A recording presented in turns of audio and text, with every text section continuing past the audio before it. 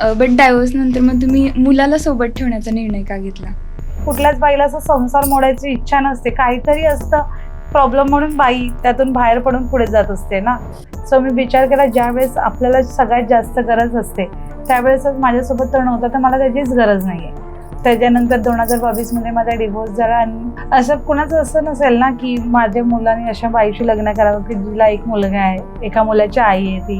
म्हणजे माझ्या तोंडावर माझ्याच घरचे खूप जवळचे लोक असे बोललेले, आता तुझं कुठलं लग्न होणार आहे, तुला कोण एक्सेप्ट करणार आहे, एका मुलाच्या आईला कोण करत नाही. तर तो मला म्हणत होता, मी तुला तुझ्या मुलासकट एक्सेप्ट करेल, मला फक्त थोडा वेळ दे. आणि आपण काय पळून जाऊन वगैरे लग्न नाही करायचं. मी घरच्यांना घेऊनच येणार तुझ्याकडे, संमतीनेच आपण लग्न करायचं. अच्छा, कास्ट पण वेगळी आहे हो, तुमची? कास्ट वेगळी आहे. कास्ट एखाद्याला रक्ताची गरज लागली, तो जेव्हा ब्लड बँकमध्ये जाईल तो विचारेल का, हे एससीचं आहे, एसटीचं आहे का ओपनचं आहे? आम्ही ओपनवाले, आम्हाला ओपनचंच द्या. त्यानंतर मी बाबूला भेटलो, जेव्हा फर्स्ट टाइम भेटलो तेव्हा मला माहीत नाही का, त्याच्याकडे बघून एक वेगळंच फील झालं. माझं सगळ्यात जास्त प्रेम मनालीपेक्षा त्याच्यावरती. माझं लग्न करण्याचे मुख्य कारण रेंज. त्यामुळे तोच पॉईंट म्हटलं की मला करायचं तर मी तिच्याशीच करणार, नाही तर मी लग्न करणार नाही. त्यामुळे सेकंड बेबी झालं नाही झालं तरी रेंजमध्ये अंतर कधीच येऊ देणार. नमस्कार दोघांनाही. नमस्कार. भन्नाट तेजा शोच्या मंचावर दोघांचंही खूप खूप स्वागत आहे. Thank thank you you. आम्हाला इन्व्हाइट केल्याबद्दल. तर सगळ्यात आधी प्रेक्षकांना दोघांची पण ओळख करून द्या. मी स्वप्नील दशरथ सोनावणे. आणि मी आता मनाली स्वप्नील सोनावणे. तर दोघेही प्रचंड व्हायरल आहात सध्या सोशल मीडियावरती. तुमचं लग्न प्रचंड व्हायरल होते, जे की दुसरं लग्न आहे. तर त्याबद्दल लोकांना खूप काही जाणून घ्यायचं आहे. लोकांच्या मनात खूप सारे प्रश्न आहेत, तर तेच सगळे आपल्याला इथे आता ते क्लिअर करायचे आहेत. तर सगळ्यात आधी मला हेच विचारायचे की नक्की या गोष्टीची सुरुवात कशी झाली, या लग्नाची बॅकएंडची स्टोरी काय होती? ऍक्च्युली माझा फर्स्ट डिवोर्स झाला 2022 मध्ये. तर त्या म्हणजे डिवोर्सचं कारण पण असं होतं की ज्यावेळेस बाईला सगळ्यात जास्त आपल्या माणसाची गरज असते, प्रेग्नन्सीच्या वेळेस, डिलेव्हरीच्या वेळेस, त्यावेळेस माझा माणूस कुठेच नव्हता माझ्यासोबत. सो मी विचार केला, ज्यावेळेस आपल्याला सगळ्यात जास्त गरज असते त्यावेळेसच माझ्यासोबत तर नव्हता, तर मला त्याचीच गरज नाही आहे. सो मी विचार केला, नाही आता मला त्याच्याकडे जायचंच नाही आहे. जे होईल ते होईल, मी माझ्या मुलाच्या जीवावर आयुष्य काढेल पुढे. सो त्याच्यानंतर 2022 माझा डिवोर्स झाला. आणि दॅन स्वप्नीलच्याने माझी ओळख झाली. आणि मला फर्स्ट असं वाटलं की चल हा पण मला खोटं सांगतोय का मी तुझ्याशी लग्न करेल. तेव्हा रेयांश होता 6 वर्षाचाच असेल. तर तो मला म्हणत होता, मी तुला तुझ्या मुलासकट एक्सेप्ट करेल, मला फक्त थोडा वेळ दे. तर मी बोलली, नाही तुम्हाला खोटं होप्स देऊ नकोस, उगाचच तुम्हाला असं खोट्या होप्स देतील, मग मी त्या फिलिंग्समध्ये राहिला माझ्याशी लग्न करणारे असं. तर तो म्हटला, नाही मी तुझ्याशी लग्न करूनच दाखवेल. तर मी बोलले, नको बाबा, तुझे प्रत्येक मुलाचं आई वडिलांचं स्वप्न असतं माझ्या मुलाचं लग्न चांगल्या मुलीशी व्हावं. म्हणजे असं कुणाचं असं नसेल ना की माझ्या मुलाने अशा बाईशी लग्न करावं की जिला एक मुलगा आहे, एका मुलाची आई आहे ती. सो मी म्हटली, नाही तुझ्या आई वडिलांचे पण तुझ्यासाठी स्वप्न असतील, तर मला असं कुणाच्या शिव्या शाप नको आहेत किंवा माझ्या मुलासाठी कुणाचा राग नकोय असं. सो तो म्हटला, ते मी सगळं हँडल करेल ना, तुला काय करायचंय. देन मग त्यांनी त्याच्या घरच्यांना सांगितलं. आणि तिचा नकारच होता सुरुवातीला. नेमकी ओळख कशी झाली होती तुमची? आमचा एक कॉमन फ्रेंड होता, त्याच्यातून आमची ओळख झाली होती. सुरुवातीला आम्ही फ्रेंड्सच होतो खूप छान, बिकॉज माझा पण डिवोर्सची प्रोसेस चालू होती, तिची पण प्रोसेस चालू होती. त्यामुळे आम्ही नॉर्मल खूप छान फ्रेंड्स होतो. तेव्हा आमचं असं लग्नाचं अफेअरचं वगैरे असं काहीच नव्हतं विचार. पण नंतर बोलत गेलो, तिचा डिवोर्स झाला, माझा डिवोर्स झाला. नंतर असं कुठेतरी वाटलं की कनेक्ट होऊ शकतो. त्यानंतर मी बाबूला भेटलो, जेव्हा फर्स्ट टाइम भेटलो तेव्हा मला माहीत नाही का, त्याच्याकडे बघून एक वेगळंच फील झालं. म्हणजे असं वाटलं की काहीतरी कनेक्शन आहे माझं आणि त्याचं. तेव्हाच मी विचार केला, म्हटलं हिला पण विचारू. आणि आम्हाला असं अफेअर, आता वय ते नव्हतं अफेअर करायचं, त्यामुळे मी तिला लग्नासाठीच विचारलं. म्हटलं मला लग्नच करायचंय आणि मी बाबूला एक्सेप्ट करायला तयार आहे रेयांशीला. तुमच्या डायव्होर्सचं रिझन काय होतं? आमचे विचार पटत नव्हते. आमचं एखाद वर्षातच आम्ही सेपरेट झालो होतो. बाकी असं मेजर हे काही नव्हते, विचार पटत नव्हते, थोडे फॅमिलीज इश्यू होते. त्यामुळे मग तो आम्ही डिवोर्स घेतला, म्हणजे म्युच्युअल अंडरस्टँडिंगने घेतला. असं केस वगैरे काही आमचं झालं नाही, म्युच्युअलमध्ये आम्ही डिवोर्स घेतला. आणि तुमचं रिझन काय होतं? माझं पण तेच, म्हणजे त्यांचे जे विचार होते ते माझे विचार पटत नव्हते. प्लस मला ज्यावेळेस त्या लोकांची गरज त्यावेळेस ते लोक माझ्यासोबत कुठेच नव्हते. म्हणजे नक्की काय झालं होतं? माझं पहिलं लग्न झालं 2019 मध्ये. देन मग तिथे माझं आणि त्या लोकांचे एवढे विचार कनेक्ट नव्हते होत, एवढं पटत नव्हतं. पण मला वाटलं चल होऊन जाईल. आणि त्यावेळेस माझे पप्पा पण आजारी होते. तर लग्नानंतर लगेच 2-3 महिन्यातच माझे पप्पा एक्सपायर झाले. आणि मग मी आईकडे जाऊन येऊन राहत होती. माझी आई पण एकटी पडलेली होती. घरात कमावणारं पण कोण नव्हतं. देन मी ओढभरणीसाठी आली आईकडे. तर त्या लोकांनी पूर्णच जबाबदारी झटकून टाकली. का तुझ्या आईकडे आलीस ना, पहिली डिलिव्हरी आईची असते, आईकडनं करतात. त्याच्यामुळे त्या लोकांनी पूर्णच जबाबदारी झटकून टाकली. सो मी विचार केला, ज्या वेळेस मला तुमच्या लोकांची सगळ्यांची गरज आहे त्यावेळेस तुम्ही कोणीच नाही, नाव तर तुमचंच लावणार आहेत ना बाळाला, माझ्या आईचं थोडी लावणार आहेत. तर त्यावेळेस ते म्हटलं तुझ्या आई आली ना तुला घेऊन डिलिव्हरीला, तुझ्या आई करेल ना तर ठेवला, आम्हाला काही सांगायचं नाही. सो मी विचार केला असे जे विचार करतात माझ्यासाठी, माझ्या होणाऱ्या बाळासाठी, तर मला त्या लोकांकडेच जायचं नाही. देन मग मी डिलिव्हरी वगैरे झाली तरी ते लोक आले नाही, काही नाही. मग मी डिसिजन घेतलं मला नाही जायचं. आणि मग आमची डिवोर्सची केस चालू झाली. 2 वर्ष कोर्टात चालली केस. मग झालं म्युच्युअल, नंतर एका पॉईंट नंतर म्युच्युअल अंडरस्टँडिंगने डिवोर्स झाला. बट डायव्होर्स नंतर मग तुम्ही मुलाला सोबत ठेवण्याचा निर्णय का घेतला? डिवोर्स नंतर मला तर सगळे माझ्या घरातून असं प्रेशर होतं की डिलिव्हरी नंतर तुझ्या मुलाला तू देऊन टाक, त्यांच्याकडे ज्यांचं आहेत म्हणजे सासऱ्याच्या लोकांकडे देऊन टाक आणि तू फ्री हो. म्हणजे तुला पुढे जाऊन बर्डन नको कसलं का माझ्या मुलाची जबाबदारी, किंवा पुढे जाऊन तुला लग्न करायचं असेल तर खूप सारे प्रॉब्लेम येतील. म्हणजे एका बाळाच्या आईला कोणी एक्सेप्ट नाही करत, आणि त्यातल्या त्यात खास मुलगा असेल ना तर कोणीच नाही एक्सेप्ट करत. म्हणजे माझ्या तोंडावर माझ्याच घरचे खूप जवळचे लोक असे बोललेले, आता तुझं कुठलं लग्न होणार आहे, तुला कोण एक्सेप्ट करणार आहे, एका मुलाच्या आईला कोण करत नाही, मुलगा म्हणजे पुढे जाऊन प्रॉपर्टीमध्ये हिस्सा वगैरे, असे खूप सारे पुढचे विचार माझ्या डोक्यात घालून देत होते सगळे. पण मी विचार केला जे होईल ते होईल, मी माझ्या मुलाला नाही सोडू शकत. आणि माझी आई पण माझ्या पाठीशी खूप खंबीरपणे होती, नाही द्यायचं तर नाही द्यायचं. जर 9 महिने त्रास मी काढलाय, डिलिव्हरी नंतर पण डिलिव्हरीचा बाईला एवढा त्रास असतो तो मी काढलाय, त्यावेळेस माझ्यासोबत कोण नव्हतं तर मी का असं आईचं बाळ कोणाला देऊ? आणि त्या बाळाची काय त्यात चुकी आहे? बाळा का त्यात गोष्टीत सफर करेल? एका बाळाला आईचीच जास्त गरज असते ना. त्याच्यामुळे मी डिसिजन घेतलं मला नाही द्यायचं बाळ, जे होईल ते माझ्याबरोबर मोठा होईल, 2 घास कमी खाऊन राहील पण माझ्यासोबत मोठा होईल. मी नाही देण्याचं डिसिजन घेतलं. मग त्या लोकांनी नाही डिमांड केली बाळाची? नाही, त्या लोकांनी डिमांड पण नाही केली आणि त्या लोकांनी भेटायला पण डिमांड नाही केली ना. ते असतं ना कस्टडी मागतात, महिन्यातून एकदा आम्हाला भेटायचे, किंवा कसं असतं ना लास्टचं आम्हाला भेटत, तसं पण त्या लोकांनी काही डिमांड नाही केली. अच्छा, म्हणजे बाळाशी पण कसलंच बॉन्डिंग नाही नव्हतं? नाही, माझ्या बाळाला आता म्हणजे 3-4 महिन्याचं बाळ असेल तेव्हा ते लोक आलेले बघायला, तेवढंच. त्याच्यानंतर ना माझं बाळ त्यांना भेटले ना ते लोक माझ्या बाळाला भेटले. आज 5 वर्ष झाले. त्या केस नंतर किती वर्षांनी दादा तुमच्या लाईफ मध्ये आले? माझी कोर्टाची केस झाली 2022 मध्ये. मग 2022च्या एंडिंगला स्वप्नीलनी मला विचारलं लग्नासाठी, पण मी तेव्हा शुअर नव्हती. सो मी 1 वर्ष त्याला खूप आजमावलं का हा नक्की असं बोलतोय, नक्की मनापासून बोलतोय की असंच काय काय पोरं असतात ना फेकायचं म्हणून फेकायचं मुलींना गाळ्यात घेण्यासाठी. तर मग मी त्याला खूप आजमावलं 1-1.5 वर्ष का खरंच माझ्या मुलासोबत तसं राहणार आहे का चांगला. बट खरंच तो खूप चांगला राहिला. आणि खरंच मला असं वाटलं पण नव्हतं कधी मी सेकंड मॅरेज करेल. मी तर विचारच केला मी दुसरं लग्न कधी करणारच नाही, असंच राहायचं. पण स्वप्नीलमुळे केला. मग तुम्हाला असा कोणता पॉईंट वाटला की बाबा आता ऑलरेडी तुमचं पहिल्या पण मॅरेजमध्ये ते सक्सेसफुल नव्हतं किंवा तुमचे विचार पटत नव्हते, मग ते एक मनात राहतं ना की बाबा आता तरी लाईफ पार्टनर चूज करताना आपल्याला एकदम सिक्युअरली व्यवस्थितपणे बघायचंय. मग असा कोणता पॉईंट आला की तुम्हाला वाटलं येस आपण या व्यक्तीसोबत राहू शकतो? तेच आमची फ्रेंडशिप होती छान, आमचं बॉन्डिंग वाढत गेलं, आम्ही बोलत गेलो एकमेकांशी. ती तिचे प्रॉब्लेम सांगायची, मी माझे सांगायचो. अशामध्ये आमचं कनेक्शन वाढलं आणि असं वाटलं की एका पिरियडला की हां की हिच्याबरोबर आपण कनेक्ट होऊ शकतो. तेव्हा मी मग डिसिजन घेतला की नाही मला करायचं तुझ्याशी. प्रॉब्लेम्स मला माहीत होतं पुढे होतील घरून पण म्हटलं ते मी हँडल करेल आणि आपण काय पळून जाऊन वगैरे लग्न नाही करायचं.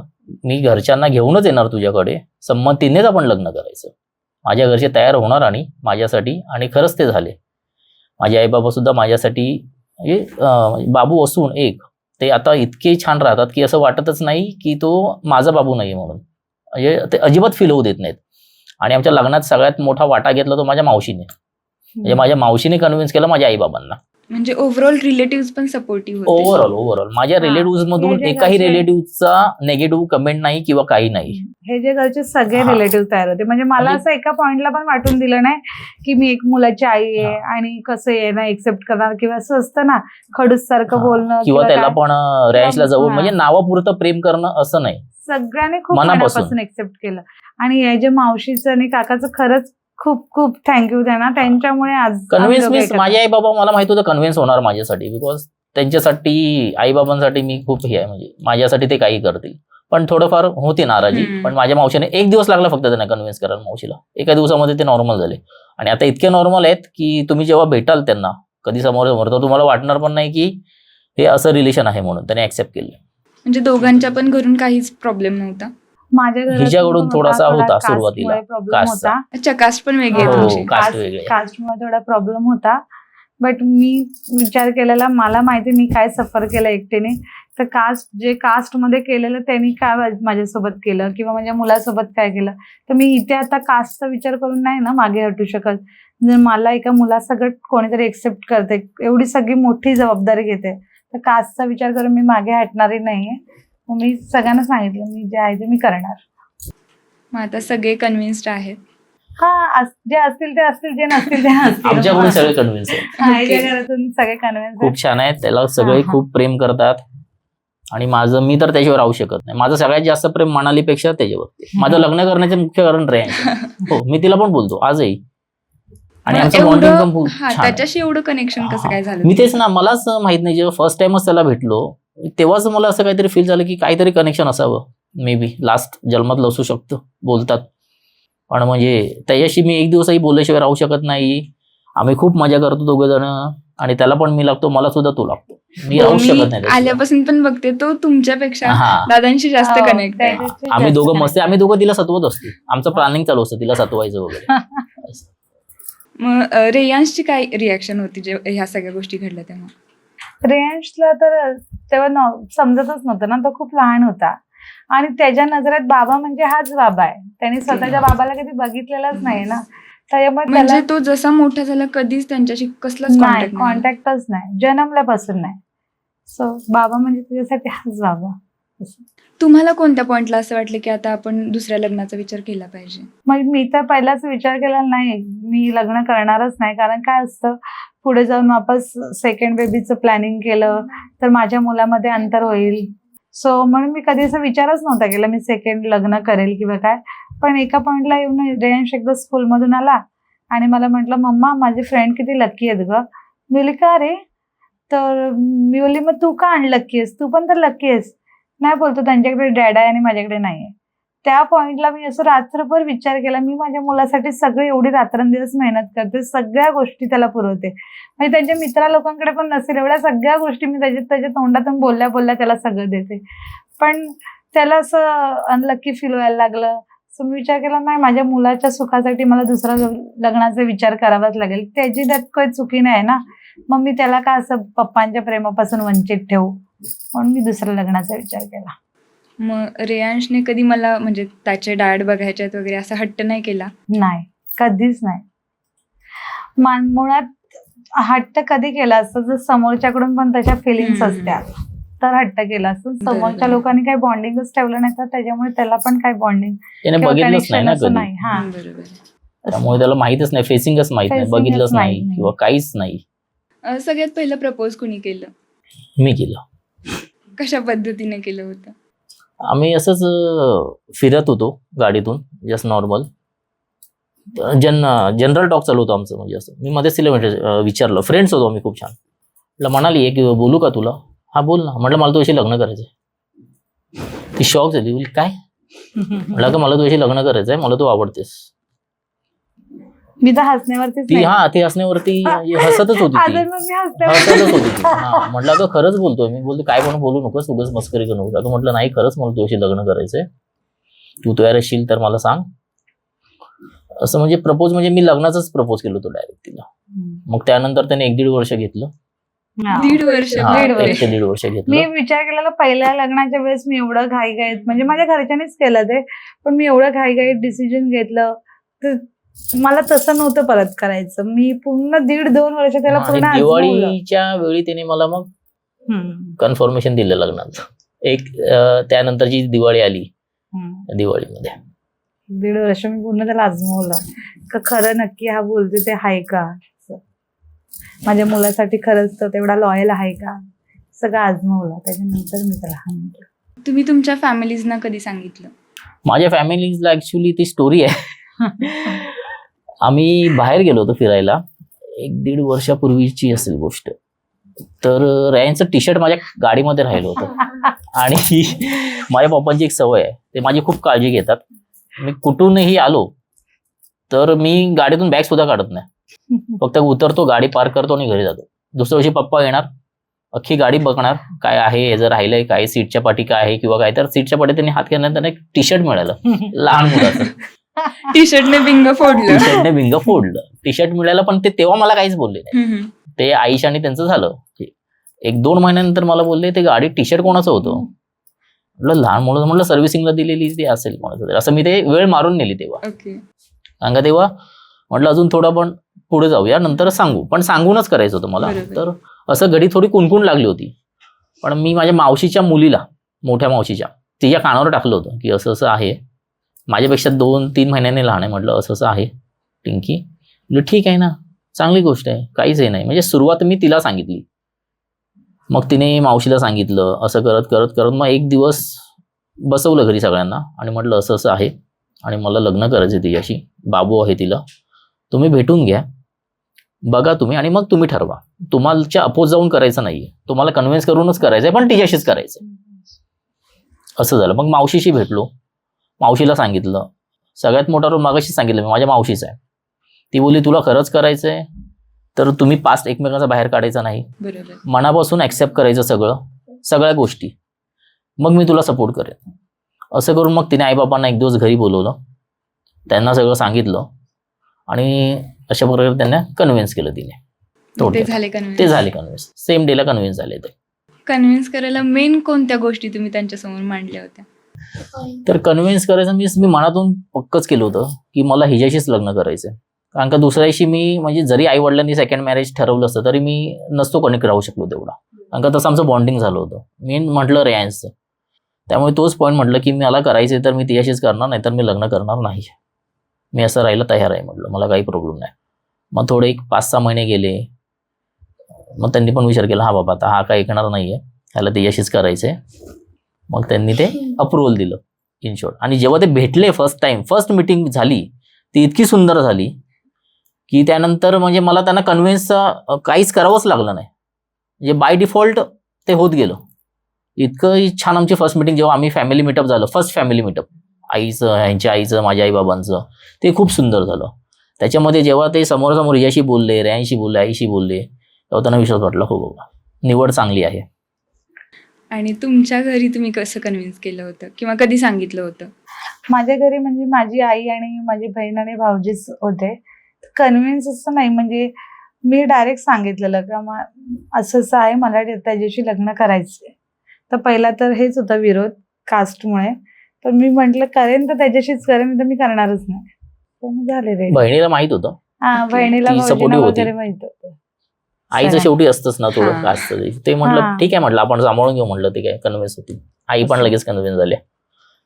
झालं. ती जी फॅमिली मीटअप झाला ना, त्याच्यामध्ये खूप फरक पडला. अच्छा. फर्स्ट आणि तुमच्या घरून कास्टचा काही प्रॉब्लेम नव्हता? आमच्याकडून काहीच प्रॉब्लेम नव्हता कास्टचा. ब्रॉड माइंडेड फॅमिली होती. एकदम म्हणजे माझ्यासाठी आई बाबा मी जे बोलेल ते तयार असतात. आणि असं म्हणजे तुम्हाला त्यांच्यातल्या काय क्वालिटीज आवडल्या होत्या की तुम्हाला म्हणजे लाईफ पार्टनर म्हणून चूज केलं तुम्ही त्यांना? ती एकतर मनात काय ठेवत नाही, जे आहे ते रोकटोक तोंडावरती बोलते, ते आहे तिचं. आणि आहे ते केअरिंग आहे, दाखवत नाही पण आहे, आणि हळवी पण तेवढीच आहे. ओके. ते सगळं आवडलं. आणि म्हटलं ना, मेन कारण माझं रॅश 80% रॅश, 20% मनाली. आणि तुम्हाला त्यांच्यातल्या काय अशा क्वालिटीज आवडल्या? मला अशा क्वालिटी अशा, म्हणजे मी जे बघत होती सेकंड मॅरेजसाठी, तर मी मला पाठी ठेवून माझ्या मुलाला जर खरंच कोण मनापासून एक्सेप्ट करत असेल त्याच गोष्टीचा विचार केलेला, जो माझ्या मुलासोबत एकदम जेन्युइन राहील. मी भले मला प्रेम नाही केलं तरी चालेल, पण माझ्या मुलाला प्रेम केलं पाहिजे, ही क्वालिटी बघत होती. तर त्याच्यामध्ये खरंच ती खूप चांगली क्वालिटी, तो माझ्या आधी त्याचा विचार करतो. सो मी विचार केला, आता मला मी पाठीवर माझ्या मुलाचा विचार करून यस बोलली त्याला. आमची भांडणं सुद्धा खूप होतात, पण त्याचं कारण फक्त रेंज असतो. ती त्याला ओरडते, मारते, त्याच्यावर आमचे खूप वाद होतात. अच्छा. त्याला म्हणजे मारलेलं मला अजिबात आवडत, त्याच्या डोळ्यातलं पाणी मी बघू शकत नाही कुठच्याही कारणाने. मग त्याच्यावरून आमचे वाद होतात. तू मारायचं नाहीस त्याला अजिबात, असू दे, लहान आहे, होईल होईल, तू हट्टी केलंस ते केलं. म्हटलं ठीक आहे, असू दे. पण असं होतं ना की आता म्हणजे पुढे जर सपोज बेबीचा प्लॅन असेल तर हा. मग ते बाळ नाही नाही, आल्यानंतर माझं फर्स्ट बाळ रेंशच असणार, हे मी ऑन कॅमेरा सांगतो. त्यामुळे सेकंड बेबी झालं नाही झालं तरी रेंश मध्ये अंतर कधीच येऊ देणार. आणि हा, मी स्वप्नीलला जेव्हा त्याने मला विचारलं तेव्हा मी त्याला हाच प्रश्न केलेला, का पुढे जाऊन तुला सेकंड बेबी पाहिजे असेल तर तू माझ्या मुलामध्ये अंतर करशील ना. कुठली पण आई पहिला हाच विचार बरोबर आहे. करणार ना, हो. तरी सेल्फिश हम्म. बोलायला कोणी तरी चालेल, पण वापस पुढे जाऊन तेच नाही ना आपल्याला करायचं, डिवोर्स, कोर्ट कचऱ्या येते. तर मी पहिला प्रश्न त्याला तेच केलेला, जर तू सेकंड बेबीचा कधी विचार केलास तर माझ्या मुलामध्ये अंतर देशील. तर मला सेकंड बेबीच नाही, म्हणजे मी त्याला आजमावण्यासाठी असं बोलले, मला सेकंड बेबीच नाही पाहिजे. मी तर तो बोला ठीक आहे, आपण पहिला तुझं ऑपरेशन करू बेबीचं अरे आणि मग बापरे. आपण लग्न करू, असं ते बोलायला. तेव्हा मला असं झालं, ठीक आहे चल, हा ऍटलिस्ट तेवढं तरी म्हणजे विचार करतोय.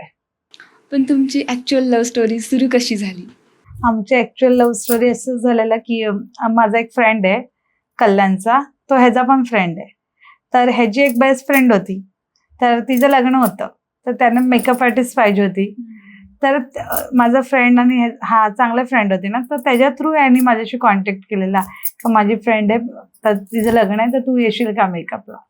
सो असं मग बोलत पुढे असं बोलत गेलो. मग काय करता, काय हे ते, मग एकमेकाबद्दल सगळं कळत गेलं. बट तुम्ही मेकअप आर्टिस्ट आणि तुमचा बिझनेस काय आहे? माझा डिस्ट्रीब्युटर आहे. ओके, सो ह्या पूर्ण अपोजिट फील्ड आहेत. हा. मग मेकअप आर्टिस्टशी कनेक्शन कसं काय झालं? कनेक्शन असं तेच ते फ्रेंड थ्रू झालं होतं. हम्म. मग त्याला म्हटलं की माझ्या फ्रेंडचं लग्न आहे म्हणून, तर असं असं, तर तो बोला आहे माझ्या एक ओळखीची फ्रेंड, तर तू बघ तिचं प्रोफाईल वगैरे आवडतं की तिला पाठवून समोर. मग ते झालं. म्हणजे त्यांचं सुरुवातीला आमचं बोलणं फोनवर काहीच नव्हतं, ओके. मेसेज नंबर पण नव्हते तेव्हा. मग नंतर त्या लग्नामध्ये नंबर एक्सचेंज झाला. ओके. मग मेसेजवरती हाय बाय ते सगळं सुरू झालं. त्यानंतर मग ती तिचं सांगत गेली स्टोरी, मी माझी सांगत गेलो. असं करून आमचं म्हणजे लव्ह स्टोरीपेक्षा आम्ही जास्त लग्नावरतीच भर दिला. म्हणजे ओके. अफेअर करण्यात आम्ही जास्त हे नाही केलं. आजकाल आपण बघतो की एक्स्ट्रा मॅरिटल अफेअर खूप वाढलेत. म्हणजे धड एका नात्यातून बाहेर पडायचं पण नाही, बट त्या व्यक्तीलाही अडकवून ठेवायचं आणि परत दुसऱ्या गोष्टी करत राहायच्या. तर त्याच्याबद्दल तुम्हाला काय वाटतं? एक्स्ट्रा मॅरिटल अफेअर मीन्स ते ऍक्च्युली झालंच नाही पाहिजे. आणि झालं जर तुमचं पटत नसेल तुमच्या लाईफ पार्टनरशी आणि त्यांचंही पटत नसेल, तर तुम्ही सरळ वेगळं झालेलं बेटर. Because Yes. तिला पण तुम्ही अंतरात ठेवू नका. म्हणजे एका डिसिजनमुळे 4 लोकांचं आयुष्य खराब होतं. बरोबर आहे. त्यामुळे तुम्हाला जर खरंच पटत नसेल, तुमचे विचार जुळत नसतील, तर तुम्ही म्युच्युअल अंडरस्टँडिंगने वेगळं झालेलं बरं. आणि एक्स्ट्रा मॅरिटल अफेअर पण तुम्ही टाइमपाससाठी करू नका.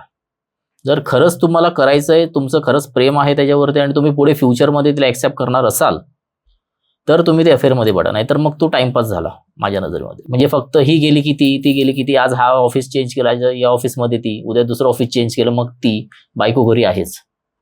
तसं करू नका. जर खरंच पटत नसेल तुमचे विचार, तर वेगळे व्हा आणि ज्याच्यावर तुम्ही प्रेम करता त्यांच्याशीच लग्न करा.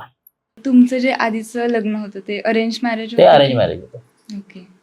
घरच्यांनी बघून दिलेलं. घरच्यांनी बघून. बट एक राहतं ना, आता तुम्ही हे जास्त फेस केलं असेल की ज्यावेळेला अरेंज मॅरेजमध्ये गोष्टी घडतात त्यावेळेला सगळा दोष कुणावरती तर नशिबावरती. येस. नशिबावर. तेच अरेंज मॅरेज मध्ये सगळे लोक, जर आपल्यासोबत काय घडलं अरेंज मॅरेज मध्ये, आपल्याला तिकडून काय त्रास असेल, तुझ्या नशिबात तसं होतं म्हणून तसं झालं. पण हे जर लव्ह मॅरेज करून केलं तर लोक काय बोलतात, आम्ही तुला तेव्हा सांगितलेलं आहे ना, तेव्हा ऐकली नाहीस, आता बस तुझ्या कर्माची फळं भोग, असे असतात. पण हे चेंज केलं पाहिजे हा माइंड. आता मी स्वप्नीलशी लग्न करताना पण, आता आमचं लव्ह मॅरेजच झालं, पण मला सगळ्यांनी असंच सांगितलेलं आहे का आता तू तुझं करतेस ना, तुझं तू निस्तरायचं. पण हे जे पहिला माझं केलं ते तर मी एकटीनेच माझं निस्तरलं ना. भले माझी आई होती सपोर्टला, पण तेव्हा मी थोडी ना तुम्हाला हे केलं असं. आणि ज्यावेळेला हे तुमचं दुसरं लग्न झालं त्यावेळेला रिलेटिव्हच्या रिॲक्शन्स काय होत्या? रिलेटिव्हच्या रिएक्शन म्हणजे अशा होत्या हिला म्हणजे हो पण नाही आणि नाही पण नाही. हा हो पण नाही पण नाही, कारण आम्ही relatives- सपोर्टिव्ह आहोत पण ते येऊ शकले नाहीत. हा सपोर्टिव्ह आहोत पण येऊ शकले नाही तू लग्नाला. कर, आता चांगलं होईल. मला हेच कळलं नाही हा कुठल्या प्रकारचा सपोर्ट होता. सपोर्ट तर आहे आमचा तुझ्या लग्नाला, पण आम्ही येणार नाही. म्हणजे ते असं झालं, पुढे जर चांगलं झालं तर हा आमचा हा. सपोर्ट होताच, हा. आणि वाईट झालं तर आम्ही तर आलोच नव्हतो. आलोच नव्हतो. तुझ्या नाही, ठीक मर्जीने आहे, तो केलं. त्यांचा कॉल असेल, पण आम्हाला त्यांचे आशीर्वाद भेटावे. ते आले नाहीच तरी ते भरपूर आहे, आणि ते होतील कन्व्हिन्स. हळूहळू करू आम्ही कन्व्हिन्स नक्कीच. आणि तुमचं जसं की लग्न पण धामधुमीत झालं, तर ह्या गोष्टी कशा काय, म्हणजे ते एक असतं ना की सेकंड मॅरेज आहे तर ते लग्नासारखं नाही लग्नाचं करत. सेकंड लग्नाचं बजेट आम्ही फक्त 10 ते 15,000 ठेवलं होतं कोर्ट मॅरेज करायचं. ओके. आणि आम्ही ती प्रोसेस पण सुरू केली होती.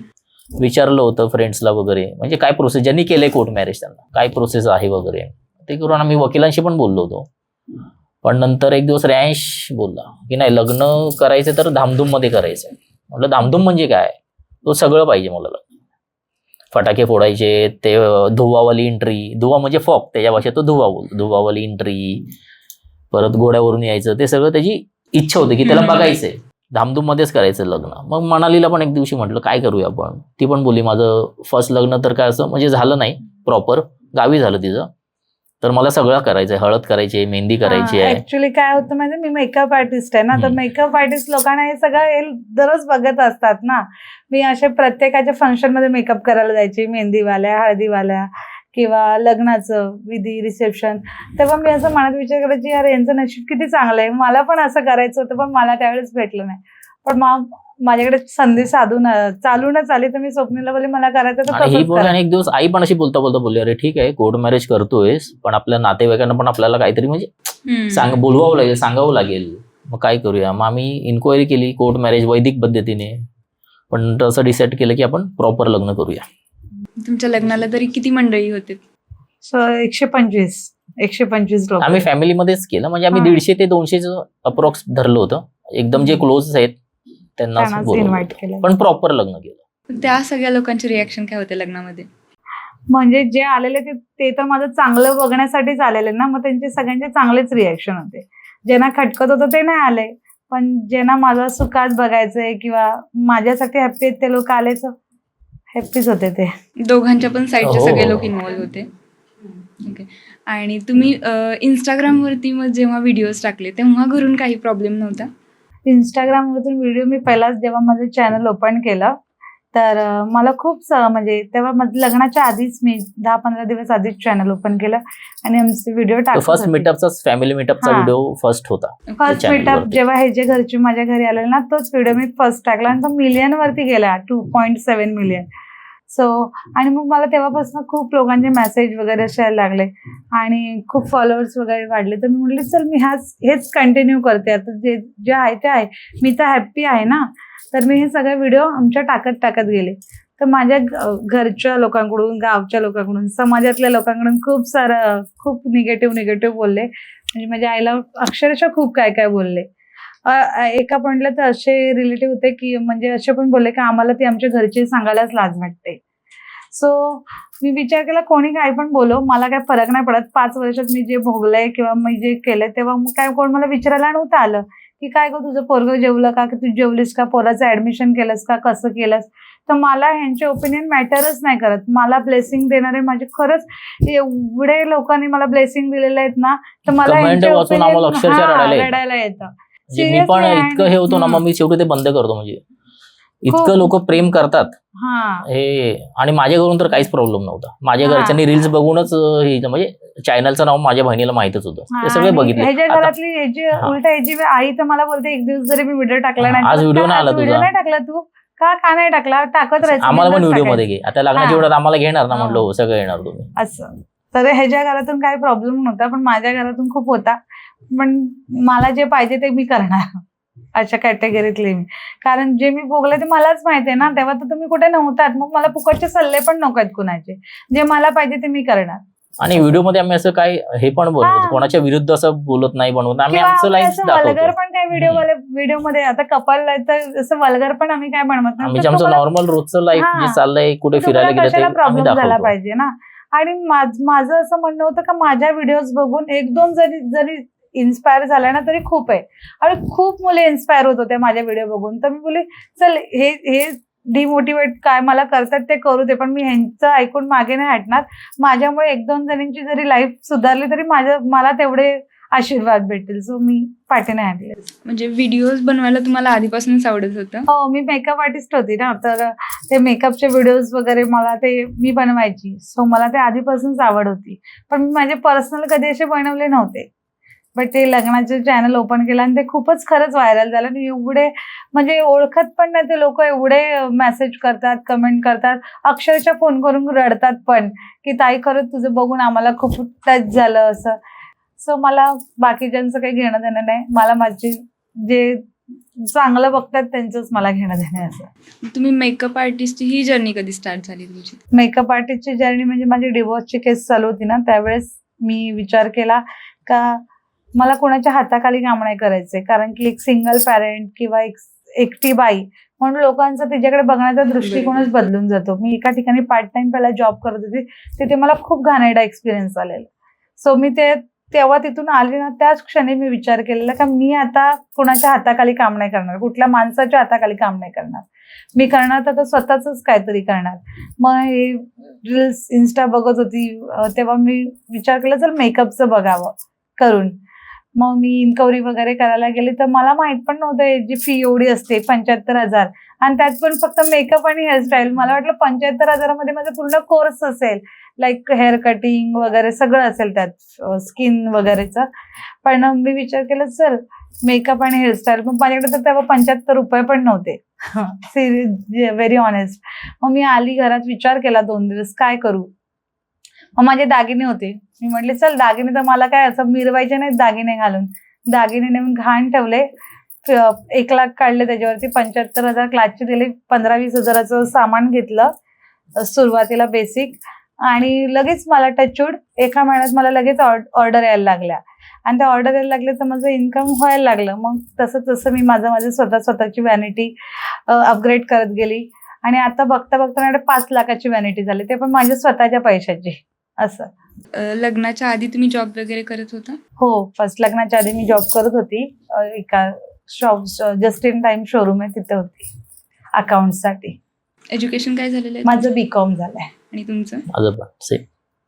अरे वा, हे पण जुळून आलं एकदम. हा.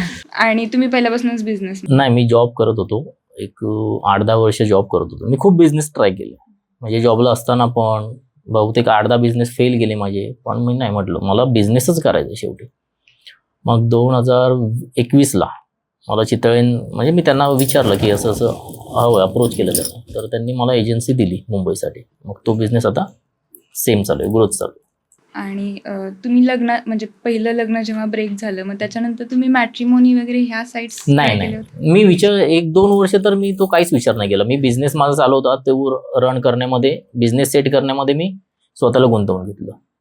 तुमचं असं काय होतं की आता मला म्हणजे सेकंड मॅरेज करायचं आहे तर मी या साईट्सवर? आणि मी पण असं मॅरेज सेकंड करायचं म्हणजे तो विचारच नव्हता मनामध्ये की मॅरेज आता हे कुठलं दुसरं करायचंय, नाव नोंदवा, तो काहीच विचार नव्हता. ते घडत गेलं, वेळ निघत गेला आणि ते घडत गेलं.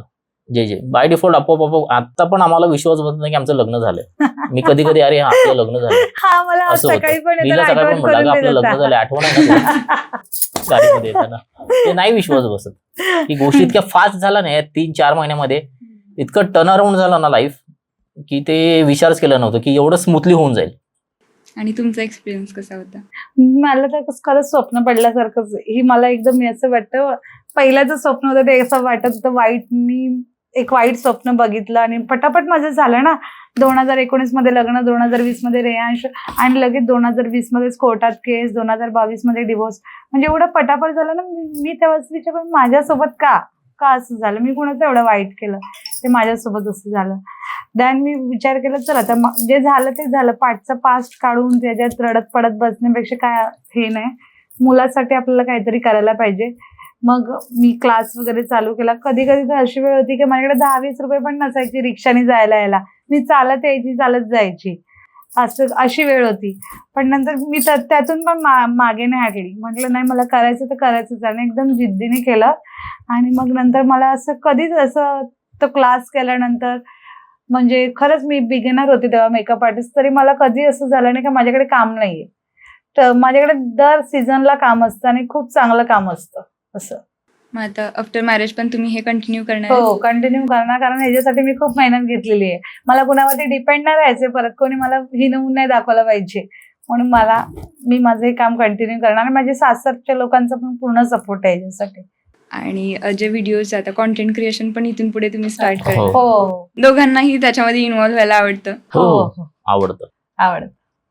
आणि ज्यावेळेला तुमच्या लग्नाची धामधूम सुरू होती त्यावेळेला रेयांशची काय होती सगळी धावपळ वगैरे? रेयांश तर रेयांश. काय करायचा, स्कूलमध्ये जायचा, स्कूलमध्ये त्याच्या फ्रेंड्सच्या लोकांवरती बुकवरती, स्कूलच्या फ्रेंडच्या बुकवरती माझा नंबर लिहायचा आणि असं मॅप काढून द्यायचा हॉलचं लग्नाच्या नाव हॉलचा लिहायचं, सांगायचं. आणि सांगायचं मेरी मम्मी की शादी है, आ जाओ.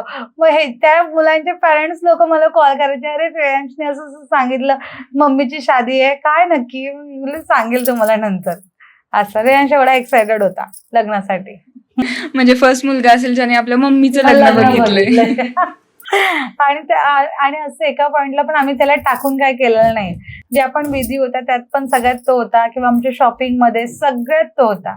असं त्याला कुठेच आम्ही वगळलं नाहीये. तुम्ही तो व्हिडिओ बघितला असेल तर स्टेजवरती नाव आमच्या तिघांचं आहे. हा, स्टेजवरती नाव पण आमच्या तिघांचं आहे, नुसतं स्वप्नील, रेयांश आणि मनाली मनाली. वेड्स. जे आपण लावतो स्वप्नील वेड्स म्हणाली, तर स्वप्नील वेड्स रेयांश म्हणाली हा, असं आम्ही नाव असं. लिहिलं होतं. अरे वा. आणि आय थिंक फेरे पण घेताना तो फेरे सोबतच घेताना होता. सोबतच होता होता, विधीसाठी होता तो, फेरे घेताना होता. सगळ्यात होता. रिसेप्शनच्या मी जेव्हा हॉलमध्ये एंट्री केली तर तो धावत आला माझ्याबरोबर आणि मी आणि ती हॉलमध्ये एकत्र एंट्री केली. ते ओवाळतात वगैरे, तो माझ्यासोबतच होता ते सगळं. म्हणजे आता असं झालंय की माझ्यापेक्षा जास्त कनेक्ट तो त्याच्याशी झालेला आहे. अच्छा. आता ती नसेल दिवसभर ऑर्डरला जाते तर आम्हीच असतो दोघं आणि काही त्रास नसतो त्याचा. म्हणजे तुमच्या बिझनेसच्या इथे पण तुम्ही त्याला सोबत घेऊन जाता? हो हो, बिझनेस तर मी आपले हे आहेत, माझ्याकडे ड्रायव्हर आहे आणि एक आहे मुलगा कामाला, ते हँडल करतात. Okay. बाकीचं मी घरून करतो हँडल असं. आणि ज्यावेळेला फर्स्ट टाइम तुम्ही रेयांशला भेटवून देणार होता त्यावेळेला कसं, म्हणजे काय सांगितलं होतं ओळख कुणाला? ह्याला रेयांशला? रेयांश तर तेव्हा 1.5-2 वर्षाचाच होता अच्छा, ना, अच्छा. तेव्हा त्याला काही समजतच नव्हतं. त्याला ते बोलतात येत पण तो म्हणजे खूप शार्प होता तो. त्याच्या नजरेत हाच बाबा आहे असं. ओके. जेव्हा तुमची रील व्हायरल झाली किंवा तुम्ही आता व्हायरल कपलच आहात, तर त्याच्यानंतर मग सगळ्यांच्या रिॲक्शन्स काय होत्या? सर्वांच्या रिॲक्शन म्हणजे ना, पहिली माझी एक रील व्हायरल गेली जेव्हा हे लोक माझ्या घरी आलेले बघायला. तर ना म्हणजे असे खूप सारे लोकांनी एकमेकांना, म्हणजे ज्या त्या फेज मधून जात होत्या, सिंगल पॅरेंटवाल्या किंवा काय काय बायकाच्या पण असतात का बाळाकडे बघून पुढचं डिसिजन घ्यायला घाबरतात, खूप लोक अशा एकमेकींना ते शेअर करत होत्या. तर माझ्या एका मैत्रिणीचा मला कॉल आला, अगं म्हणाली ती तूच आहेस का, ती रील व्हायरल झाले, मला माझ्या लांबच्या नातेवाईकांनी, म्हणजे माझ्या एका बहिणीने मला पाठवली. बोलते अगं तुझं लग्न ठरलं? मी बोलले हो. बोलते अगं माझा पण सेम इश्यू चालला होता, म्हणून मला पण अशी रील पाठवली माझ्या मैत्रिणींनी, असं तसं. देन आता मी कुठून पण जाते येते ना कल्याणमधून, तर लगेच मला असं आडवून विचारतात, अरे म्हणाले तू तीच आहे ना, तुझी रील व्हायरल झाली असं का. आता मी रेयांशला पण स्कूलला सोडायला जाते येते ना, तेव्हा पण दररोज कोण ना कोण भेटतं. आणि तुमच्यासोबत काय एक्सपिरियन्सेस? कमेंट्स मध्ये खूप आलंय, म्हणजे अक्षरशः लोकांनी देव बनवून टाकलं.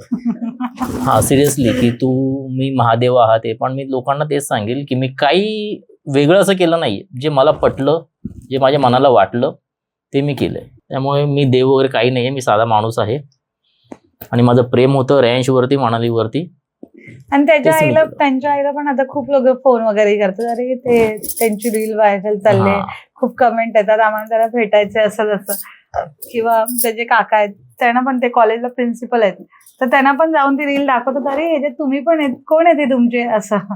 आणि आता पण सोशल मीडिया म्हटलं की दोन बाजू येतात, हो, हो. पॉझिटिव्ह पण तसंच निगेटिव्ह पण. तर निगेटिव्ह काही फेस करावं लागलं का? नाही, मला जास्त असं नेगेटिव्ह negative- मध्ये असतात काही लोक ज्यांना फेमस व्हायचं असतं, हम्म. त्यामुळे करतात कमेंट्स, पण आम्ही त्यांना इग्नोर करतो. इग्नोर. आम्ही त्यांना रिप्लाय Replies पण देत देत नाही नाही आणि त्यांना. इग्नोर करून टाकतो. जे चांगले आहेत ते आम्ही ठेवतो, बाकीच्यांना कारण की इग्नोर 100% लोकांपैकी 95 काय 99% लोकांचं माझ्यासाठी पॉझिटिव्ह आहे. पॉझिटिव्ह. तर मी हे 1% लोक कोण माझ्याशी मायनेच नाहीत. एक ह्याच्याच घरचे रिलेटिव्ह होते, त्यांचं नाव नाही बोलत होता मी, पण त्यांना कळेल ह्याच्यातून, त्यांनी एक माझ्यासाठी कमेंट केलेली होती. पण मी राहिली बाजूला, माझ्या सासरकडचे सगळे त्यांच्याशी भांडले, सासू सासरा धीर नवरा, म्हणजे मला काय बोलायची गरजच नाही लागली असं. सो आता कसं वाटतं की इथून पुढची लाईफ माझी मस्त आहे अशी हो. फिलिंग येते? एकदम छानच मस्त आहे. राहणार. छानच राहणार आणि खरंच मी कधी विचार पण नव्हता केला असं होईल, माझ्या लाईफ एवढी टर्न होईल. पण कारण की काय मला असं नटायला थटायला खूप आवडायचं पण आता हे डिवोर्स नंतर मी सगळं सोडूनच दिलेलं ना. पण मी असं दुसऱ्या बायकांकडे बघून मला असं खूप हे फील व्हायचं. पण आता वापस ते सगळं करायला भेटत खूप चांगलं वाटतंय. आणि आफ्टर डायव्होर्स प्रत्येकाला काही ना काही फेस करावं लागलेलं असतं, तसं तुमच्यासोबत काही इन्सिडेंट वगैरे? अनलिमिटेड इन्सिडेंट्स झालेत. लाईक म्हणजे समाज कशाला, घरच्या लोकांकडून पण किती काय काय प्रतिक्रिया येतात. समाज तर खूप लांबचा राहिला, पण मी त्या जे बोलणारे तेच ती 4 मगाशी लोक बोलली असतात तसं, आता मुलगा आहे, कोण तुला ऍक्सेप्ट करणार, हा. आता का तुझं लग्न होऊ शकत किंवा नाही. मला अजून एक चांगलं सीन आठवतोय की माझ्या एका रिलेटिव्हनी मंगळसूत्र बनवलेलं तिच्यासाठी नवीन, तर मला दाखवत घेऊन आलेली, हे बघ मी मंगळसूत्र केलंय. तर मी बोलले हा मस्त बनवलंय, छान डिझाईन आहे. तेव्हा तिने मला असं हिरवलेलं का हा पण ते सगळ्यांच्या नशिबात नसतं. त्या पॉइंटला मला एवढं वाईट वाटलेलं ना. ठीक आहे ना, नसेल, पण तुम्ही असं समोरच्याला एवढा कमीपणा नका दाखवू ना. बाई म्हणून बायका म्हणून बायकांनी समजून घेतलं पाहिजे ना एखाद्या बाईचं. बरोबर. असं कोणी कुणाला कमीपणा नाही दाखवला पाहिजे. कुठल्याच बाईला असं संसार मोडायची इच्छा नसते, काहीतरी असतं प्रॉब्लेम म्हणून बाई त्यातून बाहेर पडून पुढे जात असते ना. तसं तुम्ही पाठी खेचण्याचा प्रयत्न नका करू. आणि मेन म्हणजे जेव्हा मी डिवोर्सच्या प्रोसेस मधून गेले तर मी कुणावर डिपेंड नव्हती ना, कुणावरतीच नाही ना, फॅमिलीवरती ना घरातल्यांवरती. मी माझं स्वतःच स्टार्टअप केलेलं. आणि आता जेव्हा लग्न झालेलं आहे तेव्हा त्याच रिलेटिव्हचे जे तुम्हाला वाईट बोलत होते त्यांच्या काय रिॲक्शन्स असतात? ते आलेच नाहीत लग्नाला. त्यामुळे मी त्यांचं रिएक्शन नाही घेऊ शकलो. ते आलेच नाहीत, त्यांनी इग्नोर केलं. पण ठीक आहे, येतील. आहे लग्नच विश्वास. आमचं इग्नोर केलं, पण ठीक आहे, ते नाही आले तर ठीक आहे. पण आमच्यासाठी आमच्या व्हिडिओज वरती किंवा आमच्यासाठी एवढे लोक प्रचंड प्रेम देतात, एवढे चांगले ब्लेसिंग्स भेटतात, तर ठीक आहे. ज्याला मग जे ते द्यायचं- नेगेटिव्ह विचार डोक्यातच आहे. ते कमेंट हा. वाचायला मी लागलो, नेगेटिव्ह विचारच डोक्यात, कोण आलं कोण गेलं. कोण म्हटलं गेलं. एवढं आपल्याला लोक प्रेम भेटतंय, अनोळखी, ज्यांना आपण कधी अनोळखी, बघितलं खरंच. नाही, कधी बोललो नाही. आणि आम्ही आता कुठे कुठे जात होतो देवदर्शनाला वगैरे, पण तिकडे पण एवढ्या लांब लांब आमच्या व्हिडिओ पोहोचल्यात. लिटरली आम्हाला भेटायचं हा, पण भेटायचंय. टाइम आमचा म्हणजे खूप कमी असल्यामुळे आम्ही कोणाला भेटू शकलो नाही असं. आता पुण्याला पण लास्ट टाइम होतो पुण्याला, दादा पुण्याला आहेत तुम्ही, आम्हाला भेटायचंय, आलात की नक्की कॉल करा, तुम्ही जिथे असाल तिथे आम्ही येऊ. कल्याणला कुठे राहता, आम्ही तिथे येतो. काही ताईंनी तर अशी कमेंट केली, तुमचा ऍड्रेस पाठवा, मला तुम्हाला लग्नाचं गिफ्ट पाठवायचं. हा, अरे बापरे. असं आहे. मग एवढं असं. सगळं लोकांचं प्रेम हा, बघून कसं त्यामुळे मला ते वाटतं? नेगेटिव्ह विचारच येत नाही. आणि हा. तेच सांगतो ना, अक्षरशः रडायला येतं ते कमेंट्स वाचून. असं वाटतं म्हणजे ठीक आहे, कधी विचारच केला नव्हता की इतकं प्रेम करतील आमच्यावरती.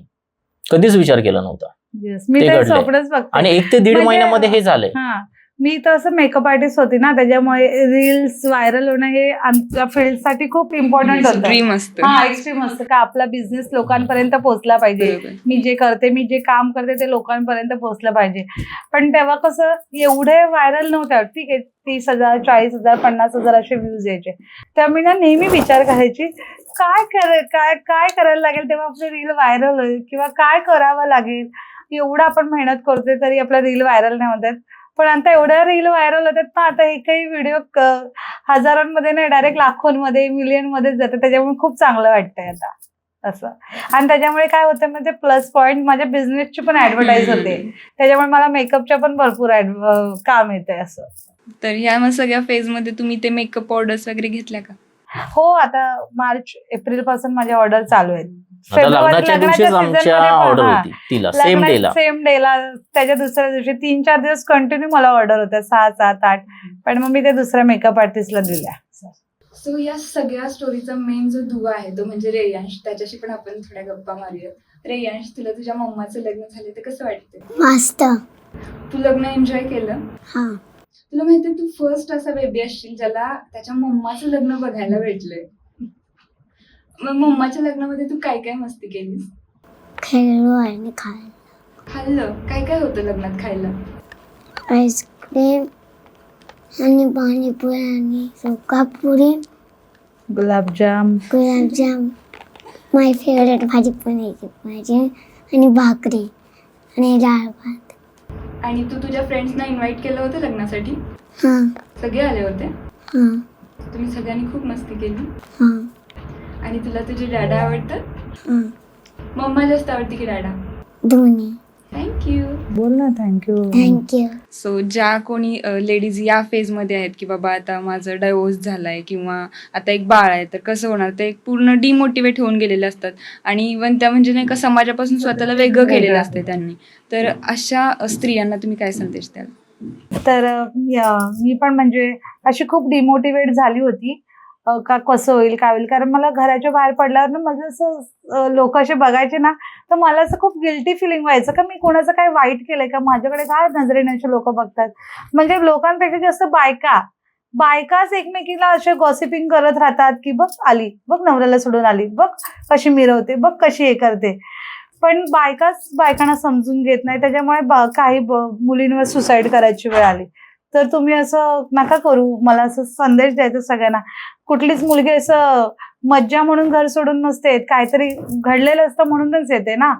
तर तुम्ही तिला अजून डिमोटिवेट करू नका. तुम्ही तिला उलटा पॉझिटिव्ह विचाराने घेतलं पाहिजे. तुम्ही तिला समजावून सांगितलं पाहिजे का तू असं रडत पडत नको राहूस, कुठेतरी पुढे जा, आयुष्यात पुढे जा. माझं असं म्हणणं आहे की जेव्हा आपल्या आयुष्यात काहीतरी चांगलं होणार असेल ना, तेव्हा हे खूप सारं वाईट बरोबर घडतं. आहे. पण ते चांगलं होण्यासाठी, ते चांगलं बघण्यासाठी आपण रडत राहिलो तर ते चांगलं होणारच नाही. जेव्हा आपण स्वतःच्या पायावर उभं राहणार तेव्हाच ते आपलं चांगलं होणार. आणि काय होतं त्या ताईंचं सगळ्या ज्यांचं असं डिवोर्स झालाय, ज्यांना मुलं आहेत, समाजाचा विचार करतात. समाजाचा विचार अजिबात करू नका. मी सगळ्या ताईंना तेच सांगेन. तुम्हाला जे वाटतंय, तुमच्या मनाला जे पटतंय ते करा. तुम्हाला समाज उद्या 10 रुपये सुद्धा देणार नाही तुमच्या मुलासाठी. तुम्हालाच झटायचंय, तुम्हालाच तुमच्या पायावरती उभं राहायचंय. तुम्हाला ज्याच्यात आनंद भेटतो, तुम्हाला जे करावं असं वाटतंय, तुम्हाला लग्न करायचं सेकंड करा, नाही करायचंय नका करू, तुम्हाला बिझनेस करायचं, काय करायचं स्वतःला गुंतवा आणि फ्री राहा. कसलाच विचार करू नका. जो सपोर्ट करतोय त्याचा सपोर्ट घ्या, जो नाही करायचं त्याला काहीच बोलू नका. तुम्ही तुमच्या पायावरती उभे राहा. आणि समाज काही कामाचा नसतो. समाज आपल्या पाठी उभा राहत नाही. आणि जातपात, आज मला सांगा, एखाद्याला रक्ताची गरज लागली, तो जेव्हा ब्लड बँकमध्ये जाईल तो विचारेल का हो हे एससीचं आहे, एसटीचं आहे का ओपनचं आहे? आम्ही ओपनवाले, आम्हाला ओपनचंच द्या. तेव्हा घेतील ना ती बाटली आणि चढवतील रक्त, वाचवतील ना जीव. मग तेव्हा तुम्ही का जात बघत नाहीत? लग्नाच्या वेळी बघता, तेव्हा पण जात बघून रक्ताची बाटली घ्यायची. कोणाची मदत लागली तेव्हा पण जात बघूनच मदत घ्यायची ना. मग ते म्हणणं आहे माझं. आणि जे म्हणजे सध्या समाजात पुरुष लोक आहेत त्यांचं पण कसं असतं की बाबा रिलेशनसाठी एक डायव्हर्सी स्त्री चालते, पण लग्नापर्यंत नेत नाही. लग्नापर्यंत नेत नाही. मी हे तेच खरंच खूप हे म्हणजे डिवोर्सी स्त्री म्हणजे आजकालच्या माणसांना असं वाटतं चल ही ओपन सत्तीच आहे. प्रॉपर्टी म्हणजे मी Yes, yes. हे बोलतोय तो शब्द थोडा, पण ती ओपन प्रॉपर्टी सारखं ते पुरुष बघतात त्या स्त्रीकडे. म्हणजे ही काय, हिचं ऑलरेडी डिवोर्स झाली, हिला एक आपण हे करू आणि ही काय करणार नंतर, काय नंतर दुसरी बघू, असं तो विचार पुरुषांनी सोडला पाहिजे. तुमचं नसेल पटेत तर, कारण की ती बाई ऑलरेडी हर्ट झालेली असते, पहिल्या रिलेशन मधून हर्ट झालेली असते. तर असं सेकंड माणूस येऊन अजून ती डिमोटिवेट होते ना, अजून हर्ट होते. त्यामुळे जे पण तुम्ही असं डिवोर्सी किंवा विधवा बायकांच्या प्रेमात पडत असेल तर ते लग्नापर्यंत न्या. नाहीतर पडू नका. त्यांना पडू नका. आशा देऊ नका, आश्वासन देऊ नका खोटं की नाही मी करेल आणि नंतर मग 2-3 वर्ष एकत्र राहणार सगळं हे, कारण मग सांगणार नाही माझी फॅमिली ऍक्सेप्ट नाही करत. हे चुकीचं आहे, हे नाही झालं पाहिजे. कालच मला असा एक फोन आलेला आणि ती ताई एवढी रडत होती. सकाळ सकाळ मला फोन आलेला तिचा आणि ती एवढी रडत होती. ती सांगत होती तो माझ्याशी लग्न करणार होता, मला एक मुलगी होती, मुलीसकट एक्सेप्ट करणार होता, पण मला न सांगताच त्याने दुसरं लग्न केलं आणि मला 4 दिवसांनी समजतंय. सो असं नका कोणाला फसवू. आणि नक्कीच तुमच्या दोघांचं हे जे आदर्श आहे ते नक्कीच समाजामध्ये घेतला जाईल आणि कुठेतरी एक महिलांना पण एक नवं मोटिवेशन मिळू शकतं आणि पुरुष देखील असा विचार नक्कीच करतील असं वाटतंय. त्यामुळे सध्या तर तुम्ही सगळ्यांसाठी इन्स्पिरेशन आहातच आणि लोकांनी खरंच यांच्याकडून इन्स्पायर झालं पाहिजे असं मला वाटतं. आणि जो महिलांना खरा अधिकार मिळाला पाहिजे तो एक पुरुषच देऊ शकतो, जे त्या लग्नानंतरच्या सगळ्या गोष्टीच्या वगैरे आहेत.